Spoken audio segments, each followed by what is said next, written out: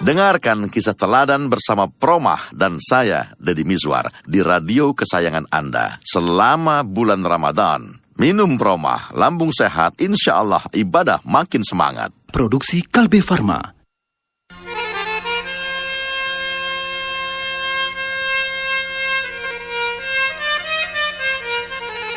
Kisah Teladan Promah bersama Haji Deddy Mizwar dan Bapak Ustadz Profesor Dr. Satori Ismail, Ketua IKADI, Ikatan Dai Indonesia. Kisah teladan Promah kali ini berjudul Pencuri yang Dikaruniai Istri. Di Damaskus ada sebuah masjid besar namanya Masjid Jami At-Taubah. Ia adalah sebuah masjid yang penuh keberkahan. Di dalamnya ada ketenangan dan keindahan. Sejak 70 tahun, di masjid itu ada seorang syekh pendidik yang alim dan mengamalkan ilmunya. Dia sangat fakir, sehingga menjadi contoh dalam kefakirannya, dalam menahan diri dari meminta, dalam kemuliaan jiwanya, dan dalam berkhidmat untuk kepentingan orang lain. Saat itu ada pemuda yang bertempat di sebuah kamar dalam masjid. Sudah 2 hari berlalu tanpa ada makanan yang dapat dimakannya. Dia tidak mempunyai makanan ataupun uang untuk membeli makanan. Saat datang hari ketiga, dia merasa bahwa dia akan mati. Lalu dia berpikir tentang apa yang akan dilakukannya.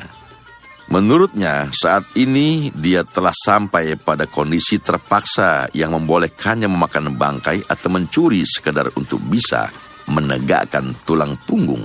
Itulah pendapatnya pada kondisi semacam ini. Masjid tempat dia tinggal itu atapnya bersambung dengan atap beberapa rumah yang ada di sampingnya. Hal ini memungkinkan seseorang pindah dari rumah pertama sampai terakhir dengan berjalan di atas atap rumah. Maka dia pun naik ke atas atap masjid dan dari situ dia pindah ke rumah sebelah. Di situ dia melihat seorang wanita. Maka dia memalingkan wajahnya dan menjauh dari rumah itu. Lalu dia lihat rumah yang di sebelahnya lagi. Keadaannya sedang sepi dan dia mencium ada bau masakan berasal dari rumah itu. Rasa laparnya bangkit. Seolah-olah bau masakan tersebut magnet yang menariknya. Rumah-rumah di masa itu banyak dibangun dengan 1 lantai. Maka dia meloncat dari atap ke dalam serambi. Dalam sekejap dia sudah berada di dalam rumah dan dengan cepat dia masuk ke dapur lalu mengangkat tutup panci yang ada di situ. Dilihatnya sebuah terong besar dan sudah dimasak. Lalu dia ambil satu. Karena rasa laparnya dia tidak lagi merasakan panasnya. Digigitlah terong yang ada di tangannya dan saat itu dia mengunyah dan hendak menelannya. Dia ingat dan timbul lagi kesadaran beragamanya. Pantaskah aku masuk ke rumah orang dan mencuri barang yang ada di dalamnya? Dia merasa bahwa ini adalah kesalahan besar. Lalu dia menyesal dan beristighfar kepada Allah. Kemudian mengembalikan lagi terong yang ada di tangannya. Akhirnya dia pulang kembali ke tempat semula. Lalu ia masuk ke dalam masjid dan mendengarkan syekh yang saat itu sedang mengajar. Karena terlalu lapar, dia tidak dapat memahami apa yang dia dengar. Ketika majelis itu selesai dan orang-orang sudah pulang, datanglah seorang perempuan yang menutup tubuhnya dengan hijab. Kemudian perempuan itu berbicara dengan syekh. Sang pemuda tidak bisa mendengar apa yang sedang dibicarakannya. Akan tetapi, secara tiba-tiba, syekh itu melihat ke sekelilingnya. Tak tampak olehnya kecuali pemuda itu. Dipanggillah ia, dan syekh itu bertanya, "Apakah kamu sudah menikah?" Dijawab, "Belum." Syekh itu bertanya lagi, "Apakah kau ingin menikah?" Pemuda itu diam. Syekh mengulangi lagi pertanyaannya. Akhirnya pemuda itu angkat bicara. "Iya Syekh, demi Allah, aku tidak punya uang untuk membeli roti, bagaimana aku akan menikah?" Syekh itu menjawab, "Wanita ini datang membawa kabar bahwa suaminya telah meninggal dan dia adalah orang asing di kota ini.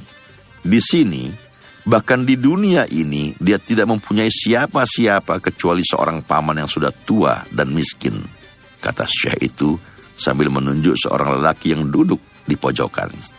Syekh itu melanjutkan pembicaraannya, dan wanita ini telah mewarisi rumah suaminya dan hasil penghidupannya.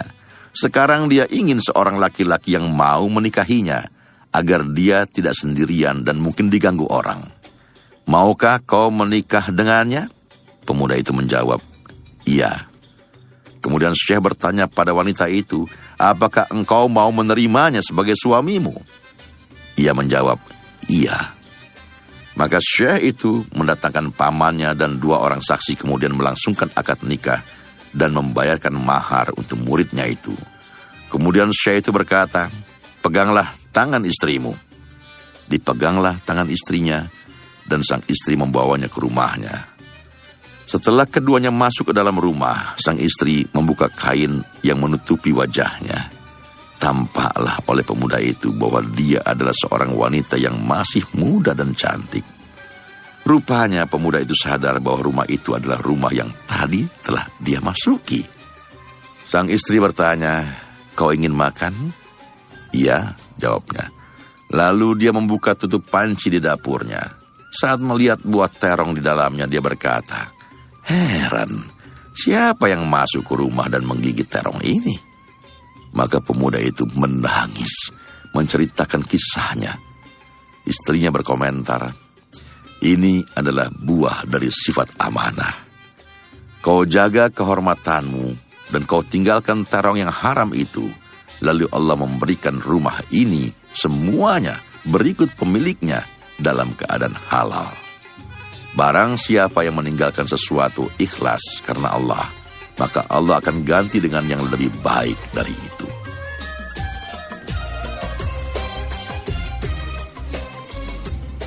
Kisah ini memberikan teladan kepada kita bahwa barang siapa meninggalkan sesuatu karena Allah Subhanahu wa taala, pasti Allah akan memberikan gantinya. Rasulullah sallallahu alaihi wasallam bersabda dalam satu hadis yang diriwayatkan dari Ibnu Umar, "Ma taraka 'abdun lillahi amran la yatrukuhu illa lillah." Tidaklah seorang hamba meninggalkan sesuatu urusan karena Allah Subhanahu wa taala kecuali Allah akan menggantinya, dan gantinya itu jauh lebih baik daripada yang ditinggalkannya, baik dalam urusan agamanya dan dunianya. Hadis riwayat Abu Nuaim.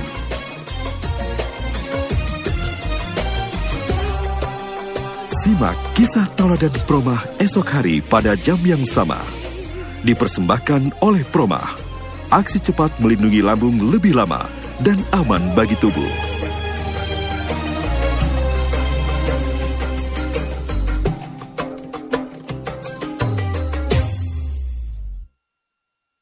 Om Deddy, banyak yang percaya beribadah pas puasa dapat pahala berlipat ya? Iya, betul itu Dude. Makanya berlomba-lombalah mengejar pahala. Terus banyak yang percaya puasa bikin hidup sehat ya? Oh, pasti.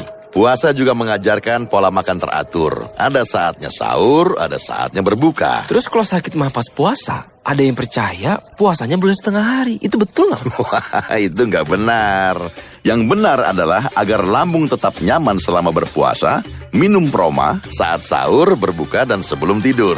Karena Promah yang sudah terpercaya selama 40 tahun itu mengandung formula hidrotalsit yang bekerja langsung dan tepat di pusat sakit mah. Tidak melalui peredaran darah sehingga aman di tubuh. Lambung sehat, insya Allah ibadah puasa semangat. Om, kalau ngegosip pas puasa, nggak apa-apa kan? Itu nggak usah dipercaya. Promah, aksi cepat melindungi lambung lebih lama dan aman bagi tubuh.